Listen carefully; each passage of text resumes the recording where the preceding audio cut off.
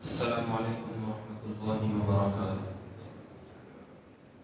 أعوذ بالله من الشيطان الرجيم. بسم الله الرحمن الرحيم.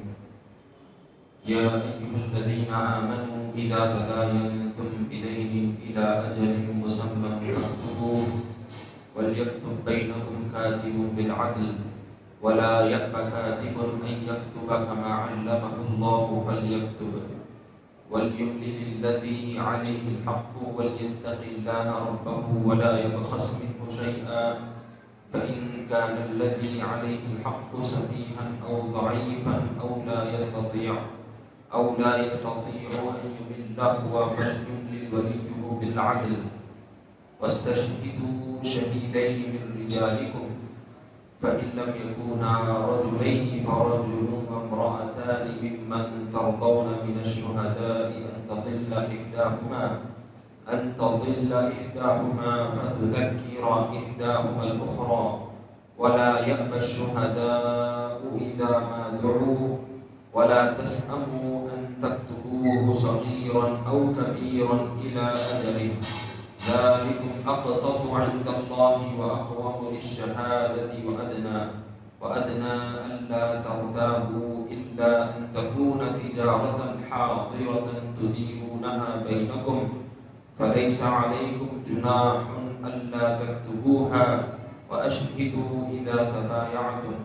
ولا يضار كاتب ولا شهيد وإن تفعلوا فإنه فسوق بكم واتقوا الله ويعلمكم الله والله بكل شيء عليم صدق اللہ العظیم. محترم حاضرین، ابھی جس آیت کی تلاوت کی گئی ہے یہ تیسرے پارے سورہ بقرہ کے 39ویں رکوع کی آیت ہے. یہ آیت قرآن کریم کی سب سے بڑی آیت ہے جو کہ قرآن مجید کے سب سے بڑے سورہ بقرہ کے اندر موجود ہے. اس آیت کے اندر بڑے ہی اہم معاملات کے تعلق سے اللہ رب العزت نے احکامات بیان فرمائے ہیں. گزشتہ جو آیتیں گزری ہیں اس کے اندر سود کے حرام ہونے کے تعلق سے اللہ تعالیٰ نے بیان فرمایا، اس کی مذمت فرمائی گئی اور بتلایا گیا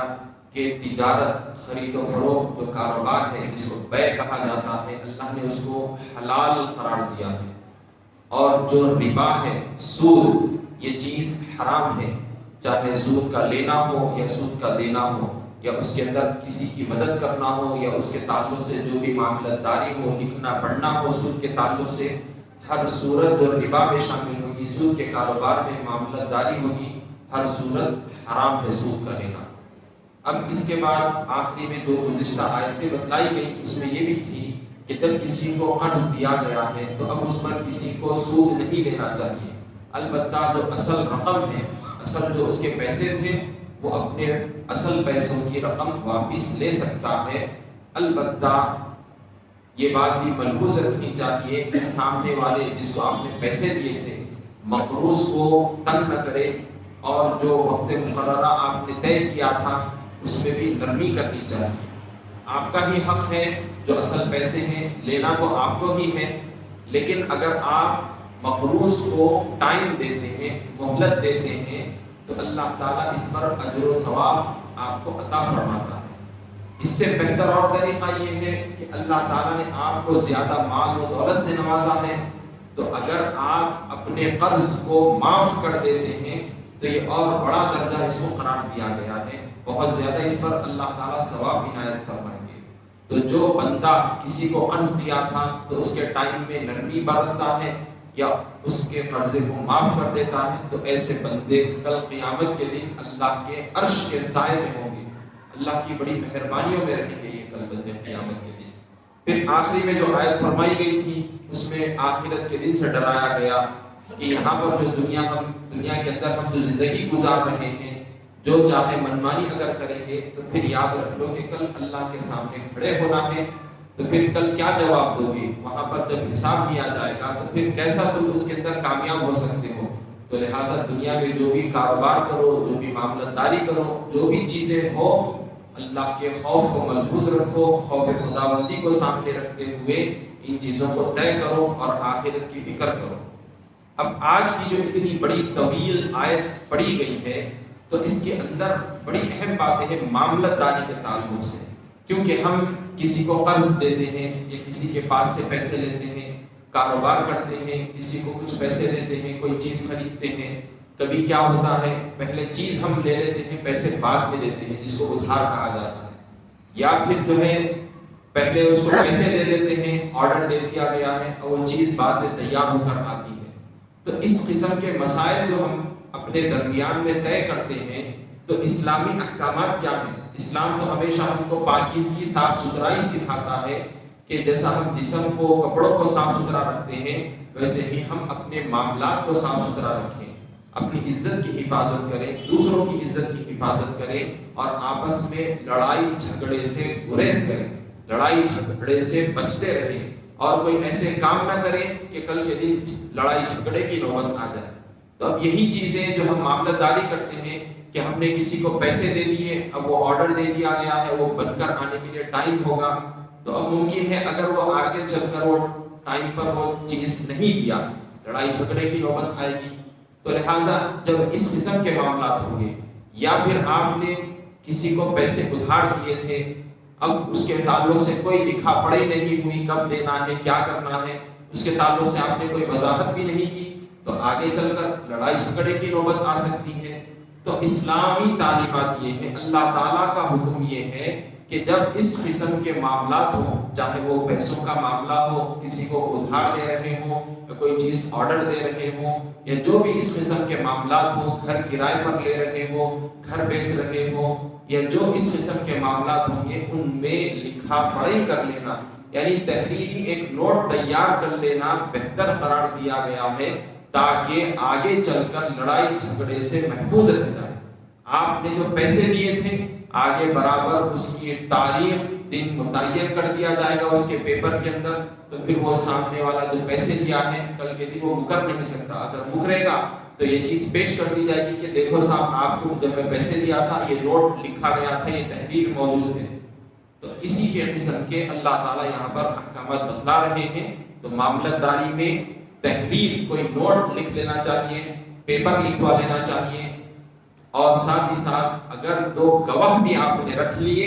تو نور علی نور ہے، بہت اچھی بات ہے۔ اب دیکھیے اللہ کا فرمان ہے، اس کا پہلے آج ترجمہ سن لیں گے، اس کو اور تفصیل کے ساتھ انشاءاللہ تعالیٰ تھوڑا تھوڑا کر کے تفسیر آئندہ ذکر کریں گے۔ اللہ تعالیٰ کا فرمان ہے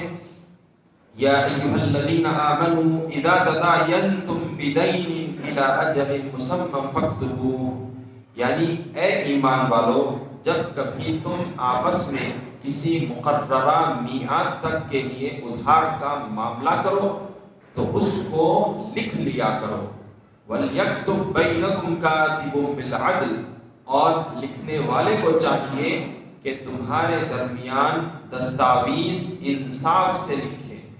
وَلَا يَأْبَ كَاتِبٌ أَن يَكْتُبَ كَمَا عَلَّمَهُ اللَّهُ فَلْيَكْتُبْ، اور لکھنے والا لکھنے سے انکار نہ کرے جس طرح اللہ نے اس کو لکھنا سکھایا ہے۔ وَلْيُمْلِلِ الَّذِي عَلَيْهِ الْحَقُّ وَلْيَتَّقِ اللَّهَ رَبَّهُ وَلَا يَبْخَسْ مِنْهُ شَيْئًا، وہ بھی بے عذر لکھ دے اور جس کے ذمے حق واجب ہو، اور جس کے ذمے حق واجب ہو وہ دستاویز کا مضمون لکھوائے اور اللہ سے جو اس کا پروردگار ہے ڈرتا رہے اور اس میں سے کچھ کم نہ کرے۔ پھر اگر وہ شخص جس کے ذمے حق ہے فَإِنْ كَانَ الَّذِي عَلَيْهِ الْحَقُّ سَفِيهًا أَوْ ضَعِيفًا أَوْ لَا يَسْتَطِيعُ أَنْ يُمِلَّ هُوَ فَلْيُمْلِلْ وَلِيُّهُ بِالْعَدْلِ، پھر اگر وہ شخص جس کے ذمے حق ہے بے عقل یا ضعیف ہو یا دستاویز کا مضمون لکھوانے کی قابلیت نہ رکھتا ہو تو اس کا ولی انصاف کے ساتھ دستاویز لکھوائے۔ یہاں تک جو باتیں ذکر فرمائی گئی ہیں وہ تحریر کے تعلق سے ہے کہ جب آپ کوئی معاملہ طے کر رہے ہیں، گھر کے بارے میں ہو، پیسوں کے بارے میں ہو، کاروبار کے معاملات میں ہو، تو اس صورت میں ہم کو ایک تحریر، ایک نوٹ لکھ لینا چاہیے۔ اور لکھنا پڑھنا نہیں آتا، دونوں جو آپس میں معاملہ طے کر رہے ہیں دونوں کو کسی کو بھی لکھنا نہیں آتا، تو جس کو لکھنا آتا ہے اس کو ذمہ داری دینی چاہیے، اور جس کو ذمہ داری دی گئی ہے تو اس کے لیے بھی ہدایتیں ہیں۔ وہ کاتب جو رائٹر ہے، جو لکھ رہا ہے دستاویز، وہ بھی خوف خداوندی کو سامنے رکھتے ہوئے جو بھی معاملہ طے ہو رہا ہے دونوں لوگوں کے درمیان میں، اس کو صحیح صحیح لکھ دے، ہیر پھیر سے کام نہ لے،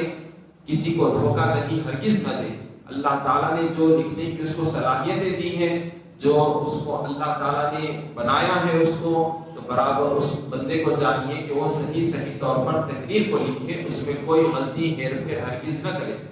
پھر ساتھ ہی ساتھ یہ بھی بتلا دیا گیا ہے کہ جو بندہ اگر معاملہ طے ہو رہا ہے، مثال کے طور پر ایک ضعیف شخص ہے، کیونکہ کافی ساری جو عمر گزر جاتی ہے، بڑھاپے کی عمر میں پہنچ جاتے ہیں، تو اس وقت دماغی توازن برابر کسی کا نہیں رہتا۔ ایسا کوئی بوڑھا شخص معاملہ کر رہا ہے یا چھوٹا سا بچہ ہے، اس کو اتنی سمجھ بوجھ نہیں ہے، تو بتلایا جا رہا ہے کہ جب ایسے لوگ، بوڑھا ہو یا پاگل ہو یا بالکل کم عمر بچہ ہو، تو ایسوں کے جو معاملات ہوں گے، ان کے جو گھر کے بڑے ہیں، جو ذمہ دار ہیں، ولی،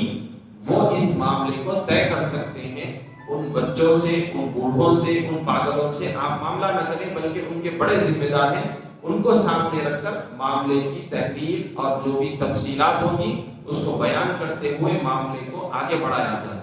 اب اس کے بعد جو احکامات بتلائے جا رہے ہیں گواہی کے تعلق سے ہیں۔ گواہ کو مقرر کرنا ہے تو کتنے گواہ ہونا چاہیے؟ 2 گواہ ہونا چاہیے،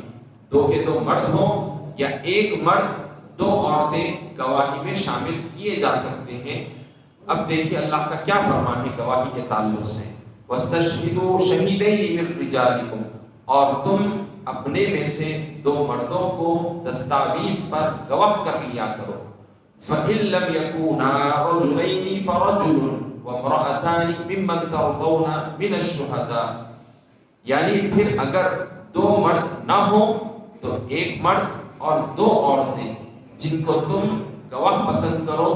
کافی ہیں۔ ان تضل احداهما فتذکر احداهما الاخرى،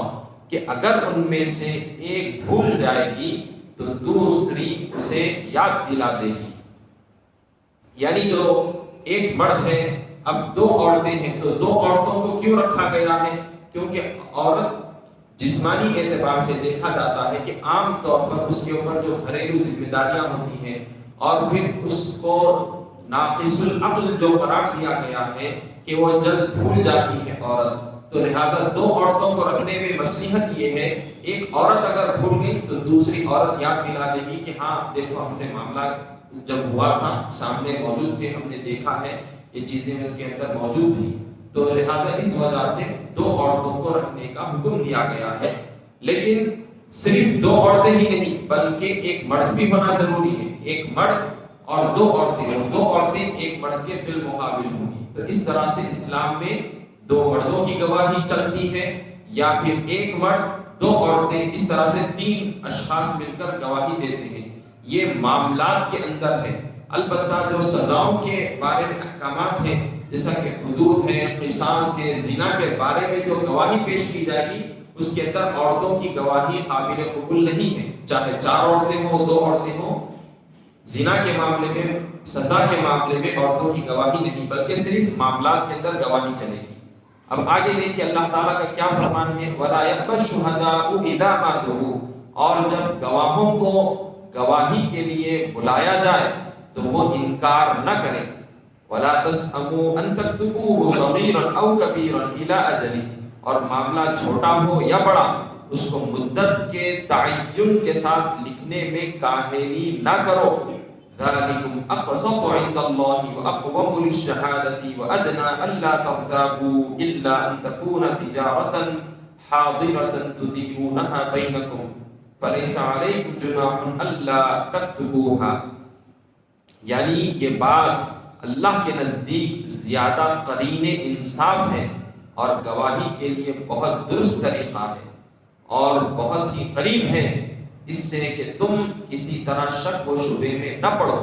ہاں اگر نقد لین دین ہو جس کا تم آپس میں کاروبار کرتے ہو